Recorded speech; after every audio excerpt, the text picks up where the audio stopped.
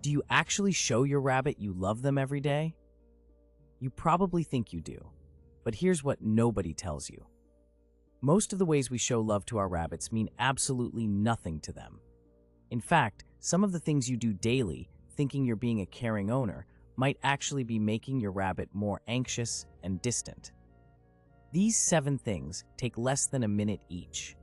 But once you start doing them, your rabbit won't just tolerate you, they'll genuinely choose you. Let's start with the one most rabbit owners get completely wrong. 1. Talk to your rabbit in a calm, soft voice. Have you ever noticed how people go almost completely silent around their rabbits? Maybe you tiptoe past the enclosure or speak in hushed tones because you don't want to startle them. That caution makes sense, but most owners go too far in the wrong direction. They barely speak to their rabbit at all, and that silence is actually working against you. Rabbits are prey animals. In the wild, silence often means something dangerous is nearby and waiting. A predator doesn't announce itself, so when you move through the room without making a sound, your rabbit's nervous system doesn't relax. It stays on alert, but a calm, steady, gentle voice does something completely different. It signals safety. It tells your rabbit the creature in this room is not hunting, it is just existing, and it knows I'm here. Research into rabbit behavior consistently shows that rabbits habituate faster to their owners when owners speak to them regularly during daily care routines. Feeding, cleaning, handling. The tone matters more than the words. Low, slow, soft, not whispered, not loud, just warm and predictable. So every single day, when you walk toward your rabbit's space, announce yourself. Say their name, tell them what you're doing. Hey, I'm just filling your water. It sounds silly. It works. That voice becomes one of the clearest signals your rabbit has that the world is safe right now and that you are the reason it is. And if you think this is powerful, wait until we get to number 7, because there's one specific spot on your rabbit's body that unlocks a level of trust that almost no owner knows how to reach. 2. This 3-second move tells your rabbit you're not a threat. Have you ever gotten down to your rabbit's level and had them freeze completely, eyes wide, muscles locked? Most owners assume their rabbit is just being skittish. They're not. Your rabbit was reading you, and the message they received was alarming. Here's why. Rabbits are prey animals who are biologically wired to watch for threats from above. Predators loom. They approach from height, they move fast, and they make direct eye contact right before they strike. So when you stand over your rabbit, move toward them quickly, and look directly at them without softening your posture, even with the best intentions, your rabbit's nervous system registers something that feels a lot like danger. The fix is simple, and it takes about 3 seconds. Get low. Sit or crouch down to your rabbit's level. Avoid leaning directly over them. Turn your body slightly to the side rather than squaring up face on. And instead of holding eye contact, let your gaze soften. Look near them rather than directly at them, and blink slowly. A slow, relaxed blink at your rabbit's level communicates something specific in their language. I see you. I am not tense. I am not preparing to move fast. Rabbits who are genuinely relaxed and trusting will often respond by lowering their head, softening their posture, or approaching on their own terms. That approach is everything. You didn't drag them toward you. They decided to come. Make this part of your daily routine every time you enter the room your rabbit is in. Get low before you do anything else. That one change will shift the entire dynamic between you. And hey, if any of this is making you see your rabbit differently right now, hit that like button and subscribe. That's how we reach more rabbit owners who want to build a real bond with their bun. 3. Most owners bore their rabbits without knowing it. Have you ever put a cardboard box or a toy in your rabbit's space and they just completely ignored it? Sat there, looked at you, went back to their hay. That's not your rabbit being ungrateful. That's your rabbit telling you they have no idea what to do with what you gave them. And it's one of the most common mistakes in rabbit enrichment. Here's what most owners don't understand. Rabbits are not passive animals. In the wild, they spend enormous portions of their day doing very specific things. Digging, foraging through varied terrain, exploring new environments, chewing through different textures, solving small problems to find food. Their brains are built for that complexity. A single static toy in the corner of a hutch is not complexity. It is the same thing, in the same place, every day. The trick is variety and novelty. Rotate enrichment items so your rabbit encounters something new or rearranged regularly. Hide their pellets inside a forage box filled with hay and dried herbs instead of putting them in a bowl. Give them something to dig in, a tray filled with soil or shredded paper. Let them explore a new cardboard structure once a week. Move things around. When your rabbit starts tossing objects, digging with purpose, and investigating their space with both ears forward and nose working, that's a rabbit whose brain is fully engaged. And a rabbit whose environment is mentally stimulating doesn't just stay healthier. They become calmer, more confident, and more connected to the person who keeps making their world interesting. You become the source of everything that makes their day worth having. That's not just enrichment. That's the foundation of real trust. 4. Just sit on the floor near your rabbit and watch what happens. What if the single most powerful thing you could do for your relationship with your rabbit every day required you to do absolutely nothing? Most owners think bonding means picking their rabbit up, stroking them, trying to create a moment. So when they're in the same room and their rabbit is across the space doing their own thing, it feels like nothing is happening. But something significant is happening. Your rabbit is watching.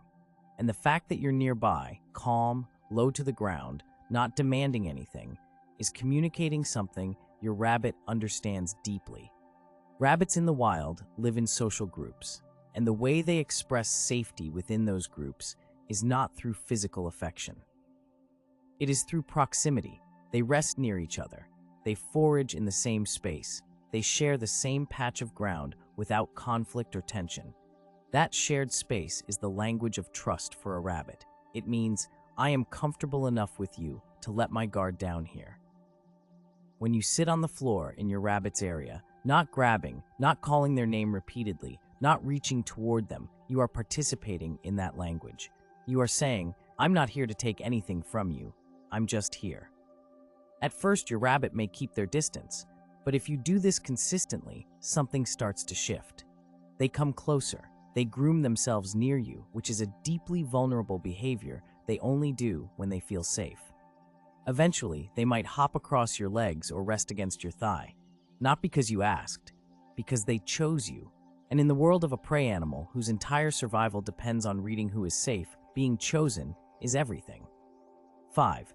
Never touch your rabbit before doing this first. How do you greet your rabbit when you reach into their space? Be honest. Do you just move your hand toward their head and start stroking? If so, you're skipping the one step your rabbit has been hoping you'd figure out since the day they came home with you. Rabbits do not process the world through sight the way we do. Their primary sense for reading the world and the beings in it is smell. Every rabbit interaction begins with scent. It is how they identify each other, how they know who is family and who is a stranger, and how they decide whether something approaching them is worth trusting. When bonded rabbits approach each other, they don't just start grooming. There is a nose-to-nose exchange first, a brief, deliberate moment of scent recognition. I know you. You're safe. It takes a second, but it is not optional to them. It is the whole beginning of the interaction. Now think about what happens when you bypass that entirely and move straight to petting. Your hand appears, it moves toward them, and it makes contact before your rabbit has had the chance to confirm who is approaching. For a rabbit, that is not a small thing to skip. That is the entire introduction being removed. Here is the daily habit that changes everything. Every single time you are about to interact with your rabbit, bring your hand close, slowly, and low, below their chin level, not above their head, and hold it still. Let them come to it. Let them sniff your fingers. Let them register you. When they push their nose into your hand or rub their chin along your wrist, that is your green light. That is your rabbit saying, I know you. Go ahead. 2 seconds. That is all it takes. But those 2 seconds change your rabbit from someone being touched to someone being asked. Rabbits never forget the people who ask first. 6. Stop doing this when your rabbit is flopped. Have you ever walked in on your rabbit fully flopped on their side, legs stretched out, eyes half closed, completely still, and felt the urge to run over and pet them? Because they look so peaceful and so soft and so irresistible. Of course you have. But what you need to know is this. The flop is one of the most significant things a rabbit can show you, and interrupting it is one of the most common ways owners damage trust without ever realizing it. When a rabbit flops, they are not just napping. They are in a state of complete physical and psychological safety. Rabbits are prey animals whose survival depends on staying alert and ready to bolt at any moment.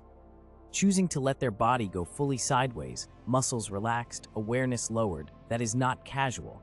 That is your rabbit communicating with their whole body that they feel safe enough to be completely vulnerable right here. When you disturb that, when you walk over and start stroking, or scoop them up because they look too cute to leave alone, your rabbit wakes from their deepest state of trust into sudden, unwarned contact. Their heart rate spikes. Their muscles lock. Even if they relax again within a few seconds, something was recorded. The space where they were flopped is slightly less safe than it was before. Do this enough times, and you will notice your rabbit starts choosing harder to reach places to rest. Not because they're being difficult, because they are protecting the one experience that makes them feel truly at peace, and you keep ending it. The habit here is the simplest one on this list. When your rabbit is flopped, leave them alone. The fact that they feel safe enough to flop in your presence is already the gift.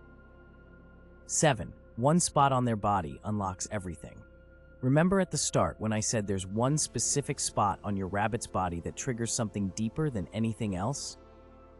This is it, and once you know this, you will never pet your rabbit the same way again. When rabbits who are deeply bonded groom each other, they don't groom just anywhere. They focus almost entirely on one area. The top of the head, between and just behind the ears, and down the back of the neck. That is the zone a rabbit can never reach on their own. They can wash their face, clean their ears from the outside, and groom their entire body. But the top of their head is inaccessible to them. The only way they ever get groomed there is by a rabbit they trust completely. That is why that spot carries a different weight than anywhere else you touch your rabbit. The back, the sides, the chin, those feel pleasant, but the top of the head and behind the ears is reserved. It is family.